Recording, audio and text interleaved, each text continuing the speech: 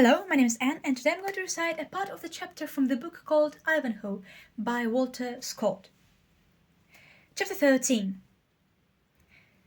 A target was placed at the upper end of the southern avenue which led to the lists. The contending archers took their station in turn at the bottom of the southern axis, the distance between that station and the mark allowing full distance for what was called a shot at rovers. One by one the archers, stepping forward, delivered their shafts yeoman-like and bravely. Of the 10 shafts which hit the target, 2 within the inner ring were shot by Hubert, a forester in the service of Malvoisin, who was accordingly pronounced victorious. "Now, Locksley," said Prince John to the bold yeoman with a bitter smile, "wilt thou try conclusions with Hubert, or wilt thou yield up bow, boltrick, and quiver to the provost of the sports?" "Sith it be no better," said Locksley, "I am content to try my fortune. On condition that when I have shot 2 shafts at yonder mark of Hubert's, he shall be bound to shoot one at that which I shall propose." "That is but fair," answered Prince John, "and it shall not be refused thee. If thou dost beat this brag at Hubert, I will fill the bugle with silver pennies for thee." "A man can but do his best," said Hubert, "but my grandsire drew a good long bow at Hastings, and it was not to dishonour his memory." The former target was now removed, and a fresh one of the same size placed in its room. Hubert, who, as the victor of the first trial of skill had the right to shoot first, took his aim with great deliberation, while he held in his hand his bent bow, with an arrow placed on the string. At length he made a step forward, and raising the bow at the full stretch of his left arm, he drew his bowstring to his ear. The arrow whistled through the air and lighted within the inner ring of the target, but not exactly in the center. "You have not allowed for the wind, Hubert," said his antagonist, bending his bow, "or that had been a better shot." So saying, and without showing the least anxiety to pause upon his aim, Locksley stepped to the appointed station, and shot his arrow as scarcely in appearance as if he had not even looked at the mark. He was speaking almost at the instant that the shaft left the bowstring, yet it alighted in the target 2 inches nearer to the white spot which marked the center than that of Hubert.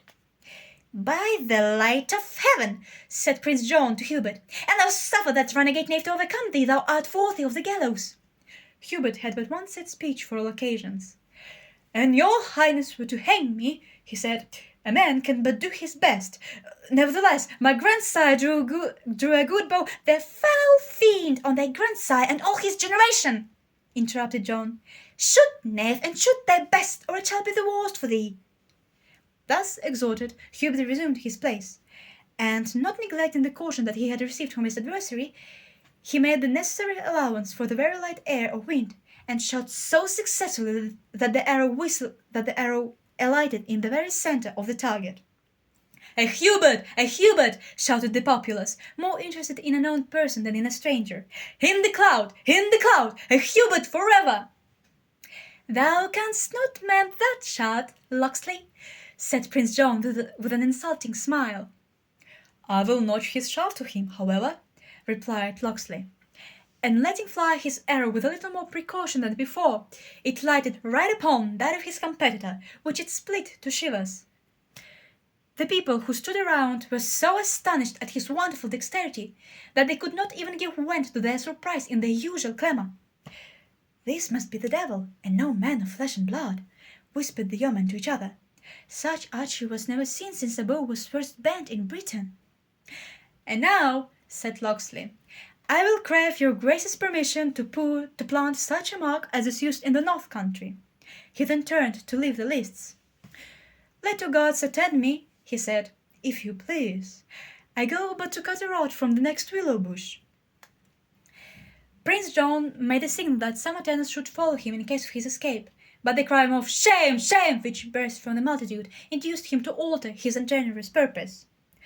Locksley returned almost instantly with a willow rod about 6 feet in length, perfectly straight and rather thicker than a man's thumb. He began to peel this with great composure, observing at the same time that to ask a good woodsman to shoot at a target so broad as had hitherto been used was to put shame upon his skill. "For his own part," he said, "and in the land where he was bred, Men would as soon take for their mark King Arthur's round table, which hath 60 knights around it. But, added he, walking deliberately to the other end of the lists, and sticking the willow rod upright in the ground, he that hits that willow rod at 50 yards, I call him an archer fit to bear both bow and quiver before a king, and it was the stout King Richard himself. My grandsire, said Hubert, drew a good long bow at the Battle of Hastings, and never shot at such a mark in his life. And neither will I. If this yeoman can cleave that rod, I give him the bucklers, or rather I yield to the devil that is in his jerkin, and not to any human skill. A man can but do his best, and I will not shoot where I am sure to miss. I might as well shoot at the edge of our parson's whittle as at a twinkling white streak which I can hardly see. Cowardly dog, said Prince John. Sirrah Locksley, do thou shoot. But if thou hittest such a mark, I will call thou art the first man ever did so. However it be, you shall not crow over us with a mere show of superior skill. I will do my best, as Hubert says, replied Locksley. No man can do more.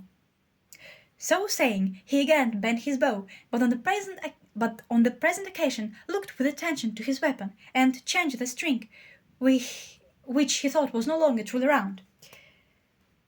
He then took his aim with some deliberation, and the multitude awaited the event in breathless silence. The archer vindicated their opinion of his skill. The arrow split the willow rod against which it was aimed. A jubilee of acclamations followed, and even Prince John, in admiration of Locksley's skill, lost for an instant his dislike to his person. These 20 nobles, he said, which, with the bugle that has fairly won, are thine own, we will make them 50 if thou wilt take livery and service with us as a yeoman of our bodyguard and be near to our person. For never did so strong a hand bend a bow, or so true an eye direct a shaft. Pardon me, noble prince, said Locksley, but I have vowed that if ever I take service, it should be with your royal brother, King Richard. These 20 nobles I leave to Hubert, who has this day draw as brave a bow as his grandsire did at Hastings. Had his modesty not refused the trial, he would have hit the warrant as well as I. Hubert shook his hand as he received with reluctance the bounty of the stranger, and Locksley, anxious to escape further observation, mixed with the crowd and was seen no more. Thank you for your attention.